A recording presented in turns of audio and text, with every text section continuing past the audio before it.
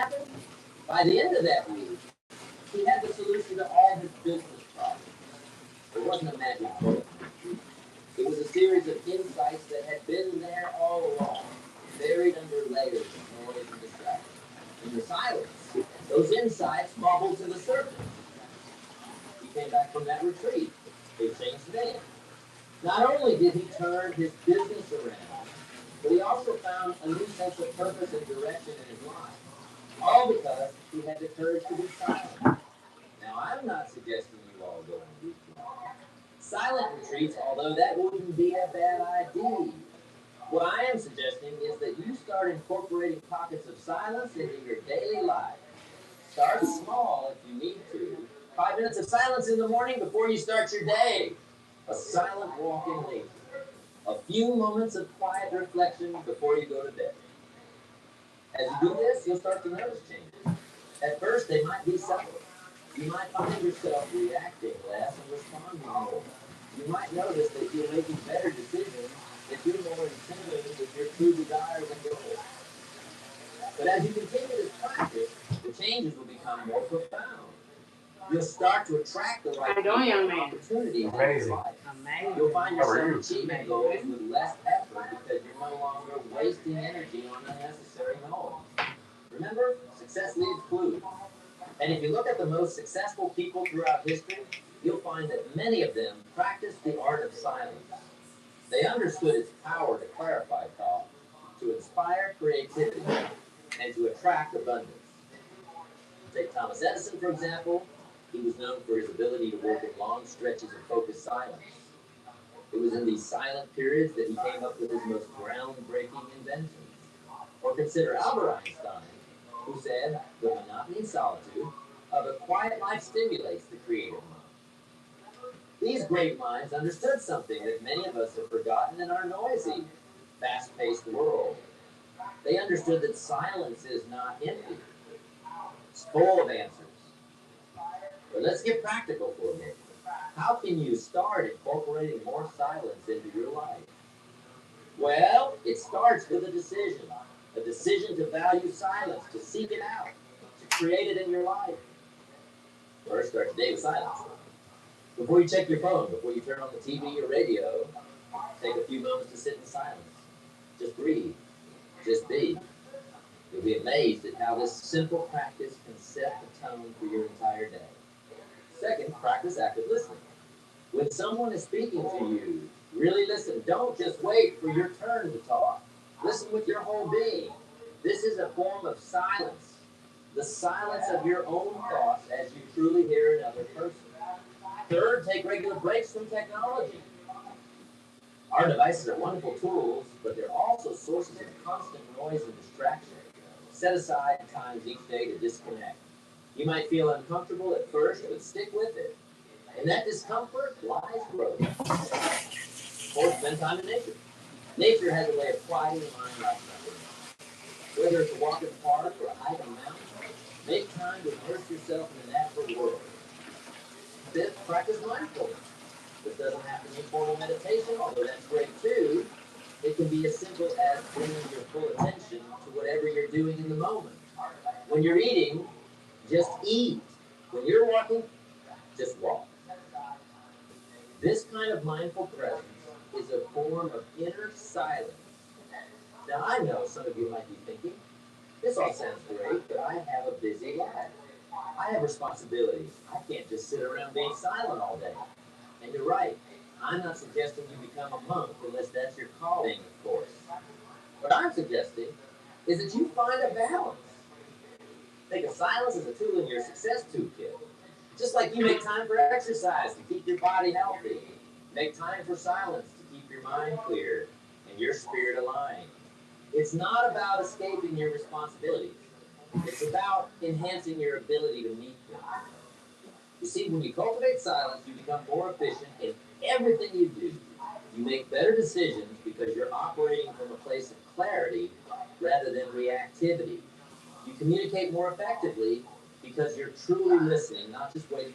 You become more creative because you're giving your mind the space it needs to make new connections. But here's the real secret. When you embrace silence, you start to understand who you truly are. Not who others expect you to be, not who you think you should be, but who you are at your core. And when you operate from that place of authenticity, amazing things start to happen. You start to attract the right opportunities because you're no longer chasing after things that aren't aligned with your true self. You start to build deeper, more meaningful relationships because you're coming from a place of genuine self awareness. You start to achieve your goals with less struggle because you're no longer fighting against your own nature. Now, I want to be clear about something. When I say be silent, I don't mean be passive. I don't mean sit back and wait for life to happen to you. What I mean is to operate from a place of inner stillness, of quiet confidence. Think of it like this. Have you ever seen a truly great athlete in action? They move with a kind of effortless power. There's no wasted energy, no unnecessary movement. They're fully present, fully focused. That's the kind of silence I'm talking about. It's not an action. It's focused, purposeful action that comes from a place of inner quiet. The same principle applies in business, in relationships, in every area of life. When you learn to be silent, to listen deeply, to observe keenly, you develop a kind of superpower. You see opportunities that others miss. You understand people in a way that builds trust and loyalty. You make decisions based on deep insight rather than superficial information. But here's the thing. This kind of silence takes practice. In our noisy world, it's a skill that we need to cultivate deliberately. It might feel uncomfortable at first. You might find yourself fidgeting, reaching for your phone, looking for some kind of distraction. That's normal. Push through it. On the other side of that discomfort is a whole new level of clarity and power. Start small. Set aside 5 minutes a day for silent reflection. Gradually increase that time. Make it a non-negotiable part of your daily routine, just like brushing your teeth or eating breakfast. Over time, you'll start to crave these moments of silence. They'll become oases of calm in your busy day, sources of renewal and inspiration. As you develop this practice, you'll start to notice changes in how you interact with the world. You'll find yourself responding rather than reacting. You'll make decisions from a place of calm certainty rather than frantic urgency. You'll start to attract people and opportunities that align with your true self. But perhaps most importantly, you'll develop a deep sense of inner peace in a world that's constantly trying to tell you who to be, what to do, what to buy. You'll have an unshakable connection to your own truth. And that, my friend, is true freedom. Now, I want to address something that might be on some of your mind. You might be thinking, this all sounds great, but I'm an extrovert. I get my energy from interacting with others. How can silence work for me? Well, let me tell you something. Being silent doesn't mean being antisocial. It doesn't mean cutting yourself off from the world. What it means is developing the ability to be still within yourself, even in the midst of activity.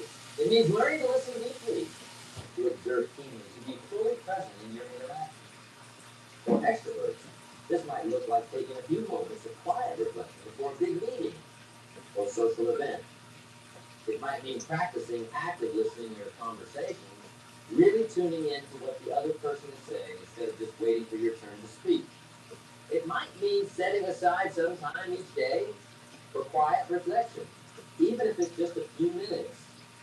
The goal is not to change who you are, but to enhance who you are, to give you access to a deeper well of creativity, insight, and personal power.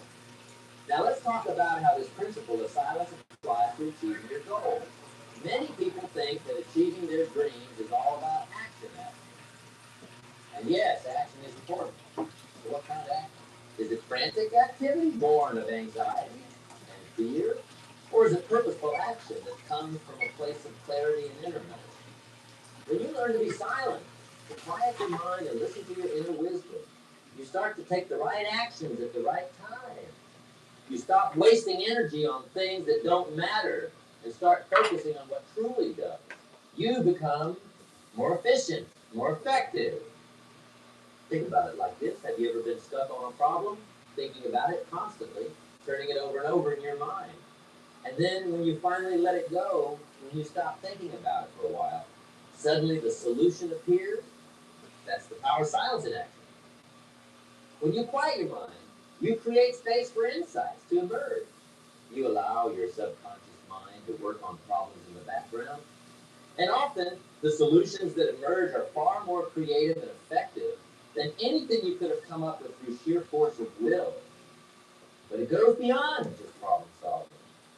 When you cultivate silence in your life, you start to get clear on what you really want. Not what society tells you should want, not what your fears and insecurities drive you towards, but what truly resonates with your soul. And when you get clear on that, when you align your actions with your true desires, amazing things start to happen. Doors open, opportunities appear, the right people come into your life at just the right time. It's not magic. It's what happens when you're operating from a place of authentic alignment. Now, I want to be clear about something. This doesn't mean that challenges will magically disappear from your life. Challenges are a part of growth, a part of the journey. What it does mean is that you'll face those challenges from a place of inner strength and clarity. You'll see them not as obstacles, but as opportunities for growth and learning. Think of the great leaders throughout history, the ones who made a real difference in the world. They weren't the loudest voices in the room. They weren't the ones constantly seeking attention. They were the ones who knew how to be still, how to listen, how to tap into deeper wisdom. They understood that true power doesn't come from dominating others or making the most noise. You said it when we first started. So go. What do you want? Hold on. Let's look at some pictures. You gotta tell me. I don't know what to do. Yeah, that's the problem. I don't know. Is it okay if we put the line? Pardon? Is it okay if we put the line? Yeah, no problem. Leadership is something that happens to you because it's already present. Yeah. Within you. Principle number 3. True leadership is self-discovery. What we mean by that is a leader is born when you discover yourself. Okay, so what do you think? So I like the length of the top. That's not bothering me. It's and you can see I kind of try to trim it a little bit last week to give me an extra week, but I'm listening. this on the side right here, it's starting to get on my damn nerve. So go back to what you usually wear. Maybe not so high. You know, just You still gonna take if you gonna have to still go shorter up there. yeah, and I'm okay with that. Mm-hmm. So if you like right here where it's starting to bend, Yeah. if I go any shorter, it's gonna stick out. So you gotta go back up high. It makes sense. It does. As soon as if I take anything, I mean I can just take a little bit. Like right now, it's still sticking up right this second. So you take anything off, it's gonna go short. It's gonna really stick. So now you just gotta go back up to Yeah. that high. So I guess just give me a really low fade. Mm-hmm. Wing it out a little bit longer. It's almost there where it's laying down right there. I think that right here is really getting on your nerves more than anything. You're probably right. Ball fade that. You might have to come in here a little bit more often to keep that ball fade. Yeah. So it won't get on your nerves as much. But it's really growing. So good. I know. I just got to get over the hump. Yeah, I think you're right. Just a low ball fade. Yeah, get it tight at least on the side. Yeah. I got you. Let's do it. In other words, every day And then especially you might have to come in a little often, maybe every 3 weeks. Okay. To kind of just because we maintain it. Keep that. So because you just like to say clean cut, and that's good. Yeah. Like, I need to say clean. That's a good problem to have. To want to say, one of your most confident best. Absolutely. It's a matter of discovering what you were supposed to serve to the world. And then the conditions that you are placed in that make demands on that gift. everybody in this building, watching this DVD. But anyway, you ever want to like, I don't know what I want to do, I don't know what I want to do. Just so it's your best friend is a picture. Yeah. Because it's kind of like, it keeps me in my boundaries. Well, and I started looking the other day when I booked the appointment, and I was like, I'm kind of in between right now of where I'm at, and that's I was just like, damn, I don't know. And that's the reason why the picture is good. Cause the barber can just be like, well, and then be like, I didn't want that though. Yeah. You know what I mean? Yeah. So you're like, hold on, wait, let me take my time and figure out what I want to make sure the barber is giving me what I want. Yeah. That'd be a disaster. And I've done that before. That's the reason why I'm scared of doing that. Yeah, that's fair. I have done that before. Where I'm like, oh, God. You're like, y'all so nice. Men be like, oh, yeah. And then I don't see them no more. No, that's not good. or I won't see them in for like another 4 months. I have to let that grow out. Yeah. You haven't seen me in 4 months, but you let them grow out. We didn't communicate right. Mm. So, no, I'm correct with me. Some things never happen. You would never be doing what you're doing. But I think the first time we grew your hair out, it was like this. It was, and I know what to expect from the top, but it's the size that I'm just not, I wasn't used to. Yeah. And it's normal. Yeah. Growth is always normal. Nothing is more dangerous to progress than comfort. Even in your hair. Mm.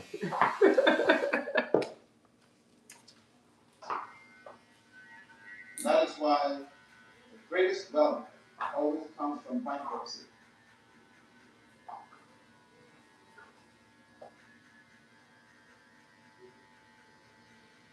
What gift? I used to go surfing with. You have to lose everything before you gain everything. In my book, Becoming a Leader, please, everyone get a copy of this book and just can't stress it. I'm giving you a few hours so I can read the book. Because I'm in my book, so you get me. This book, I talk about something that people keep missing. And that is, you can never be totally accepted until you've been completely rejected.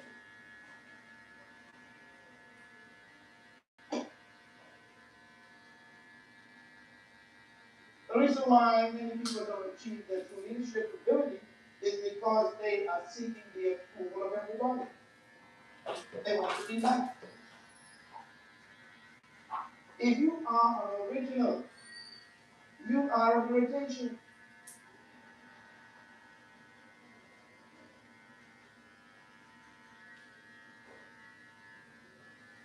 The very nature of originality means that you have no duplicate anywhere. You automatically become a suspect. Because we haven't seen you before. That's why most of us prefer to be copies. So, number 5, true leadership is self-deployment. This is a simple statement, but it's not easy. To deploy yourself means that you discover what you're supposed to deliver in the world, and you distribute it. I'm working on a new book that's going to come out next year. It's going to take that long to write it. It's really called The Power of Servant Leadership. And that's what we're going to talk about. Some very good stuff about the reality of what it is to serve yourself for the world. Because that's what's missing in the world.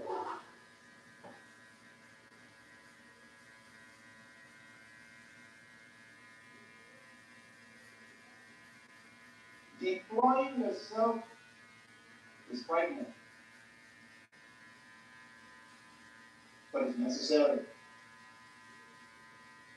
And sometimes God blesses you with a good job, because in that context, you want to deploy yourself.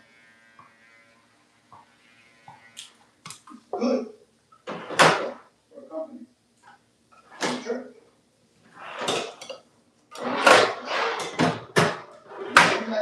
information God has given you the privilege to deploy yourself. I believe that none of us should really be employed. I believe we should all be deployed. In essence, if you've been hired to work in a company, you need to turn that position into your own business. Treat it as if it's your business.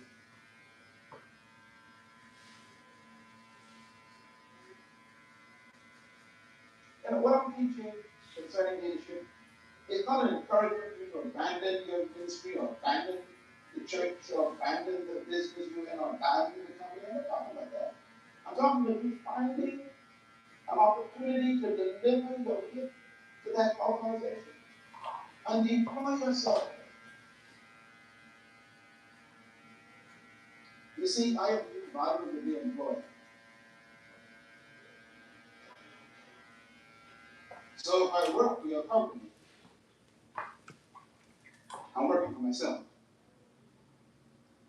I'm just deploying my gift in the context of your organization or your vision. That's all. And that's what God intended. He intended for every joint to supply, to build up the whole. That's what leadership is.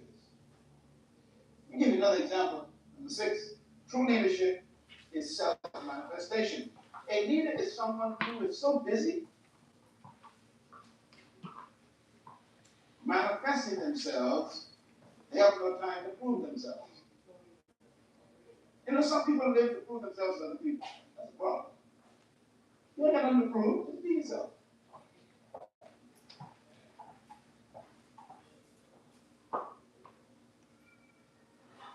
What a tragedy. Live the rest of your life having to prove yourself to your parents or to your ex-husband or to your girlfriend who left you or your boyfriend who jilted you. You are too smart to live your life proving yourself to people. Get busy manifesting yourself to the world.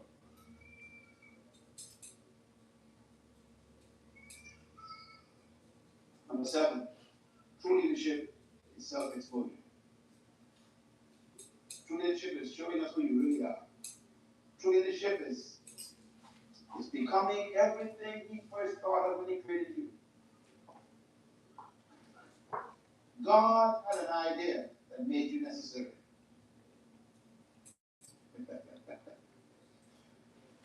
There's something God wanted done that required your presence. So He created you to manifest it.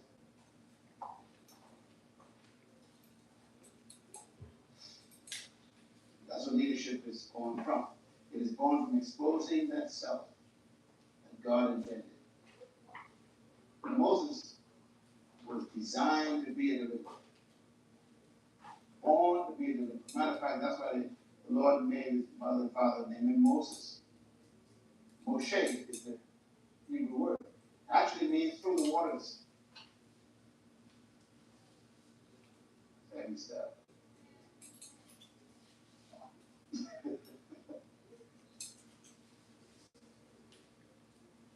wonder what your true name is.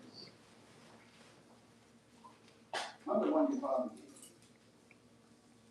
The one God had in mind. What is your true name? Can we expose your true name? What is your true name? You know, Jesus changed names of certain people because the name wasn't right. I wish I had time to talk to you about that, but that's a very heavy principle.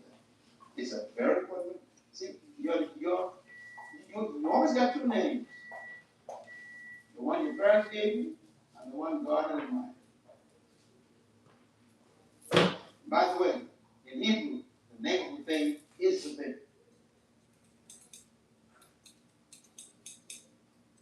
That's why God did not allow Mary and Joseph to name Jesus. God provided the name Himself. You shall call His name Yeshua. Why? For He shall save people. See, He was named what He was. What is your true name?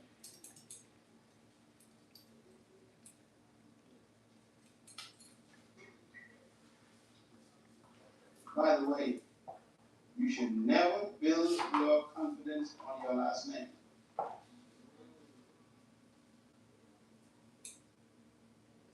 You need to live in such a way that your first name is enough.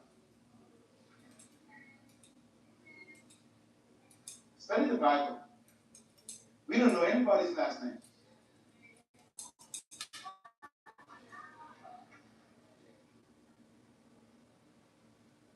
This is too much for you. I can't. People who have not found their true self need a lot of titles.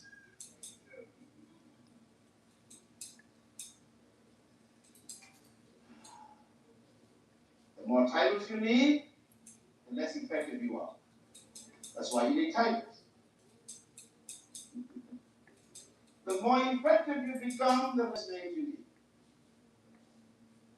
So I got to call you the right honorable bishop, holy, righteous, prophet, evangelist, man or woman of God. That is proof that you don't know what you're doing.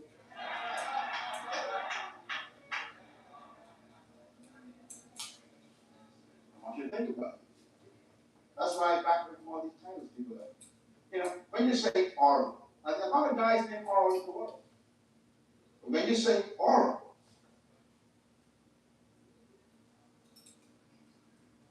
you need to live so effectively that your first name is enough.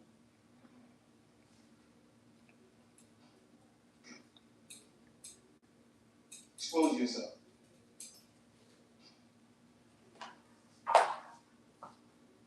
I don't blame you. I laugh too. You never had a Bishop Moses.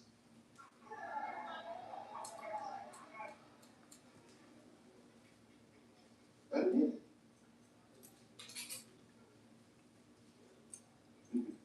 Reverend Ezekiel. Doesn't need it.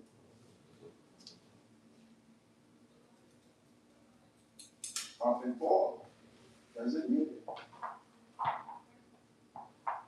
Evangelist Jesus. Looks better already. Doesn't need it. So it's just that So why are we coming to get that little so this proud out. Mm-hmm. all of these pursuit of titles? It's because they haven't lived effectively enough yet to lose them.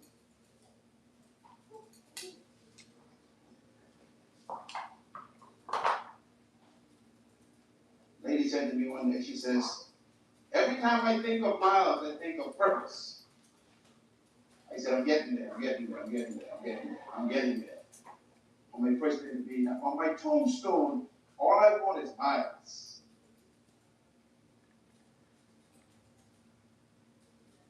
That's all I want.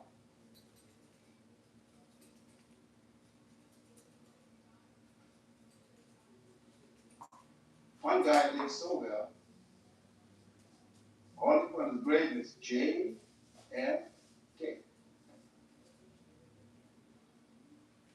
Not even a name.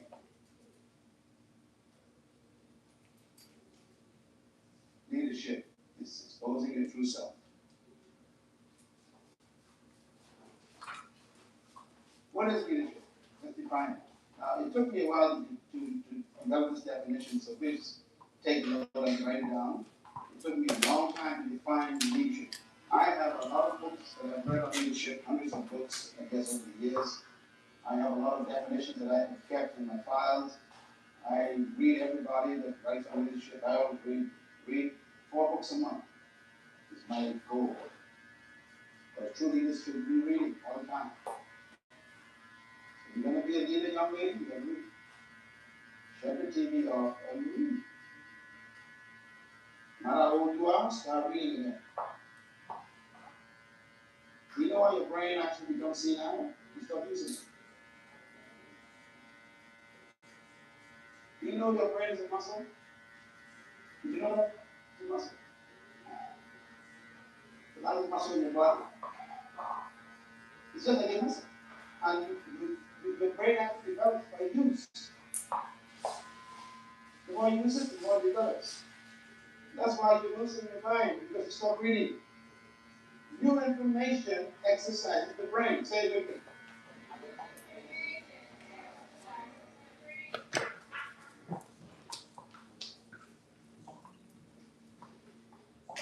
in job.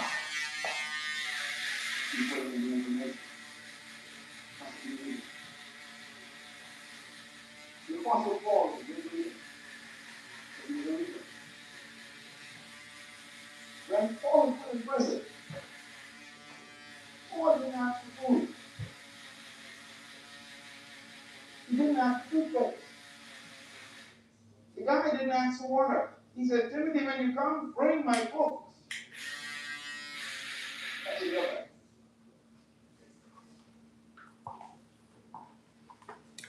What do you do when you're downtime? You hold it. Read. When they put you in prison, what do you do? Read.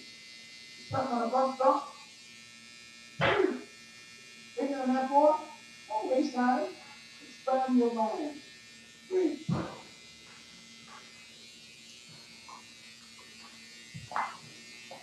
So I read, and I keep reading, and I'm still reading. I'm just trying to find how can you define music. I've read Felix Barber. I've read all these guys. I studied on the medical college, and got a degree, all this stuff. I still couldn't find one definition that integrated all the components of leadership that the Bible teaches. That's what I wrote my own. Now they're quoting me. Here's my definition of leadership. Very complicated. Leadership is the capacity to influence others through inspiration generated by a passion, motivated by a vision, which is birthed by a conviction that is produced by a purpose. Oh Lord, is right. Read one more time, make sure by the CD, and let it enter your spirit. Leadership is what? The capacity to influence others through inspiration, motivated by a passion, generated by a vision, birthed by a conviction from a purpose that you have. In other words, leadership is your capacity to influence people through inspiring them. How do you inspire them? Because you have a passion for something. What's your passion for? There's a vision you see of your life. Where does the vision come from? It comes from a conviction, a belief that you have. And that belief comes from a sense of purpose that you develop when you connect with your Creator. Let me put it another way. In this sentence, everything you need to become a leader. I have to get it right. If you want to become a true leader, talking to you, every one of you, you got to turn that whole thing upside down and start from the bottom. Let me put it another way. First, you need to discover your purpose. What is purpose? Your reason for existence. You got to find out or discover a reason why you exist. If you don't know why you are here, you cannot be a leader. There has to be a sense of meaning for your life, a sense of assignment, a sense of contribution to the destiny of the world.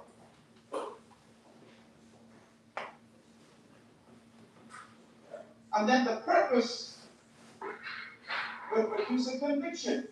A conviction is you believe that you were born to do something in life. That conviction is important. Because when you ignite the conviction that you have a purpose for living, then it produces a vision. You begin to see yourself doing it. And imagine it. You begin to think that you have in your mind. If you could do it, that dreaming and power, a feeling, you will see yourself think of you. I'm going to do it. I'm going to do it. I'm going to do that. You will dream. That's why your vision is that. When you begin to get to the vision, then comes something that you do. This is why we are called to.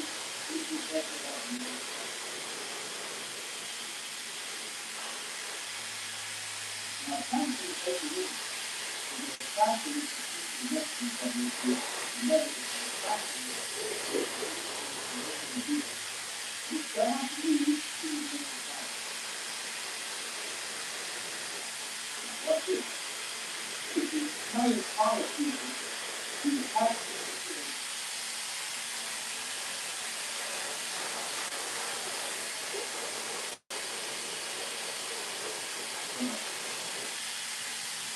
90% of the people that you call leaders are simply professional manipulation.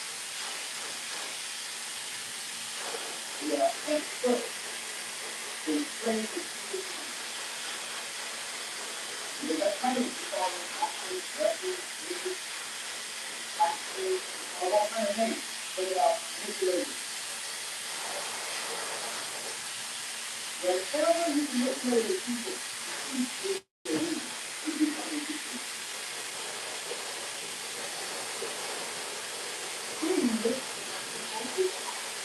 Jesus.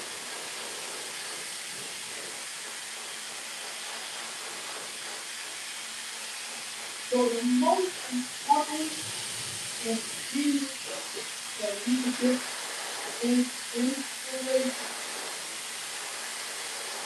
So the new thing to do to become effective person is to find out where does inspiration come from. And the answer is this.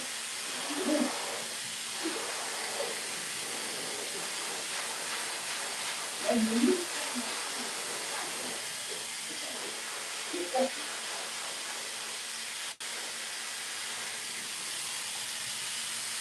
That's why I see it.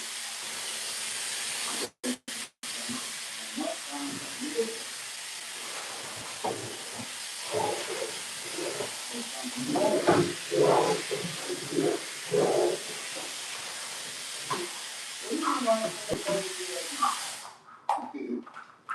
It's because you are so busy trying to make a living.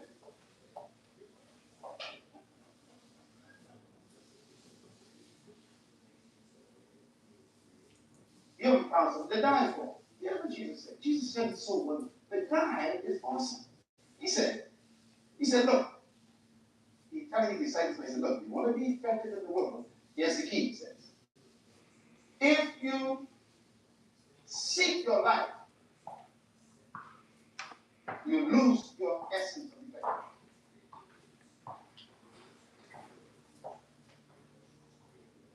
effectiveness. If you are so busy trying to survive, trying to pay mortgages, trying to make a living, make ends meet, he said, if that's your purpose for living, we won't even remember you after you're gone. You're so busy looking for your life. It's good. You lose your life. Then he says, you lose your life. Find something that you lose your life on.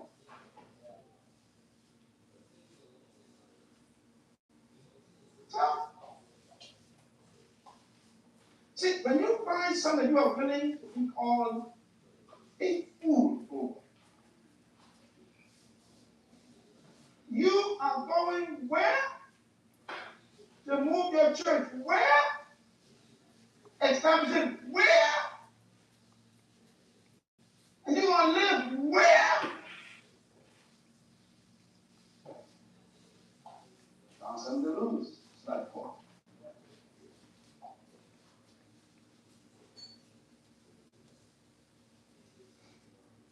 You can't succeed until they call you a fool. God sent me in. Now listen to me. You going to work with him? You could be doing so much more. Found something to lose your life.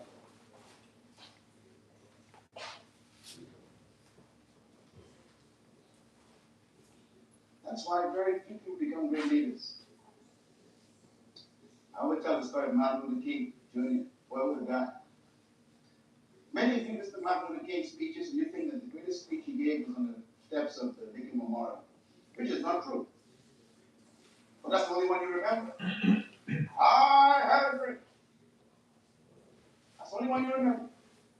That's not what made him a leader. He became a leader, and he made a speech that no one heard publicly, except in a small little church in Alabama one night. Before he went up to the meeting, someone threw a rock in his window with a note tied to it. Almost killed his kids. And the rock said, if you come out tonight, we'll kill you. They heard he was going to be speaking at this little church in Alabama. And so his enemies intimidated him. And said, if you come out tonight, we will kill you. His wife broke down in tears. And she said, my honey, we can't go out tonight. You know they mean that. And I can't afford to be a widow. These kids need a father. You just can't do that. Martin said to his wife, honey, I have to do this. Let me tell you something. You will never become a leader until you find something. Can you do my brows too?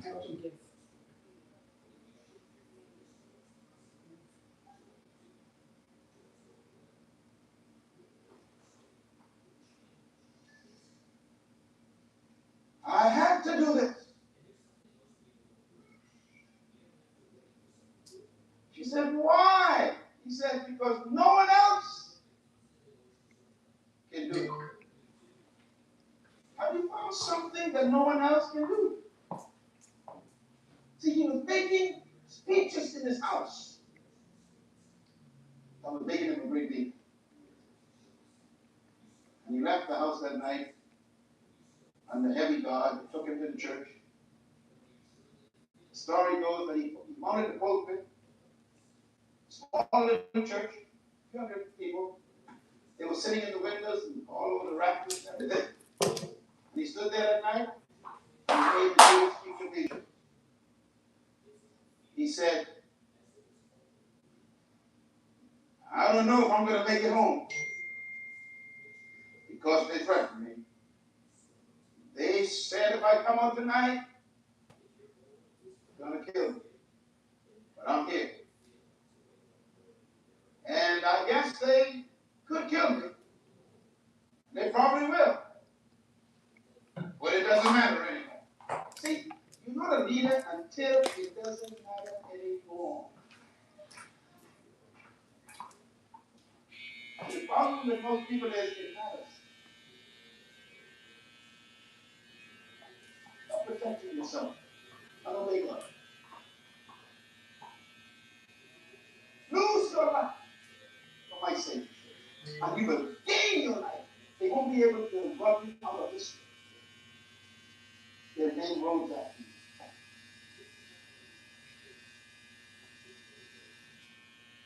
you. You can't get rid of the dead man. He's everywhere. He lives.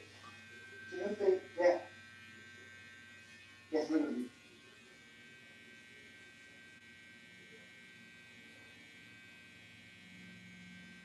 How long have our brothers lived after you die? Can you handle the criticism he had? They killed him on that one. But it didn't matter anymore. God told him, build this university in the middle of a farm field. He's crazy. Try to get rid of his name.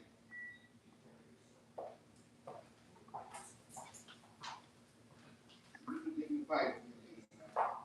You want to be respected by people who ain't doing nothing.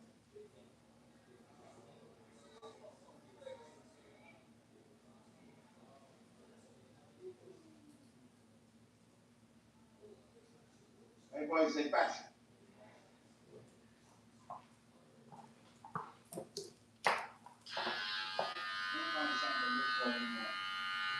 Go over that. Find some of God for the next step. Ask God to show you an assignment that's worth dying for. Find an assignment that's bigger than your salary. Leadership comes from passion. know what made Jesus Christ such an awesome leader? I'll give you an example. His first meeting with his disciples. Go back and read it. First meeting, he called them young guys, very fresh, you know, they were green behind the ear, young guys. And his first meeting with them went like this. He had one agenda to meet. The agenda was one item. Yeah. That's it. His first meeting was simple. The Bible says he called them together and he began to tell them, I will be delivered into the hands of evil men. They shall kill me. They shall be crucified. Mm-hmm. Wait a minute, man. We just get the company started. That works. Mm-hmm. Anytime you want to go higher, I can do it. I can do it. Let's leave it for a little bit and we'll see where that goes. Yeah, because then, like I said, you're still long enough to do all kind of stuff with it. Yeah. But yeah, it's up to you. Safety, Always. survival, security. Yeah, sure. True leaders lose their lives before they die. But this is just not. This ain't the ending. They lose their lives before they die. This ain't the look we're trying to go for. No, but it's getting us there. It's getting us there. Yeah, so y'all gotta remember that too. Like, this is just another look until the look. Let me tell you how to measure your passion.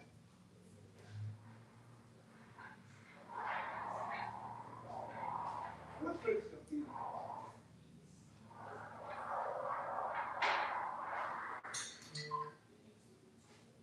When me grew out here, even though like that's what I really do love what I listen to in here, but it just shows you this is just every level of life. Like when you go through levels, it's just levels. So this is this one level, but it don't stop you from not showing up at this level. Then you get to the level that you get to, and then you reach your goal, and you're like, okay, let me celebrate that. And then you can always. That's right. That's right. That's what I always tell me. And they like, what you think I should do? Long or short? Which one you want? Two options. Amazing. Two options. Thank you so much. I will build the most effective leadership training system in the world. That's what I'm Yeah. And then it's the start of like that. Think about it. Yeah. And what kind of you?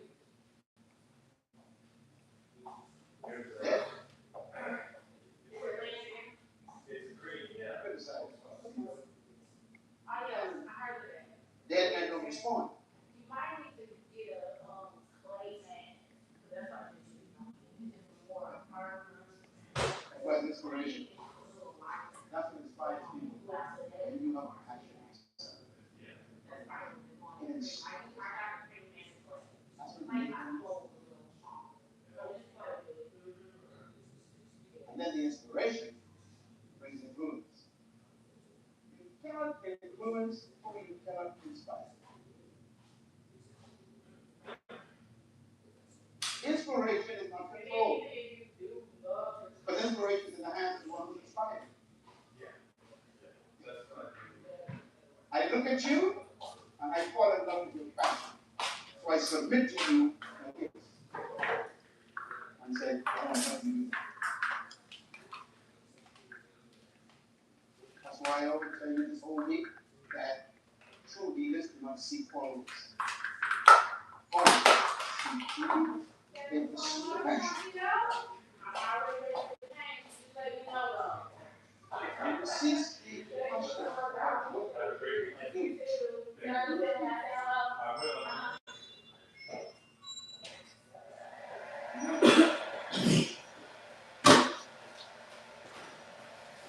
Because people who come to you with that.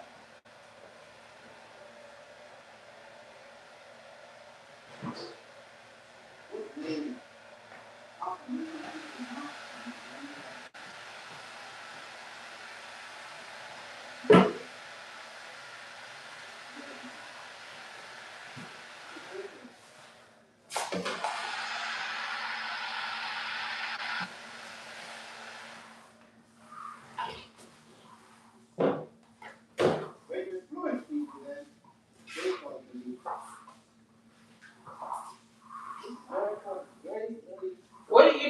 want something extra? You know, What kind of bread? Like cornrows. Easy. you need this, not secret shit. Why? They put this people shooting. The people that come.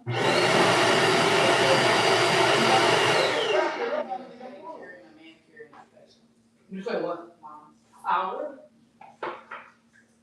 And you gonna try to use that microderm? I hope we up here to record that.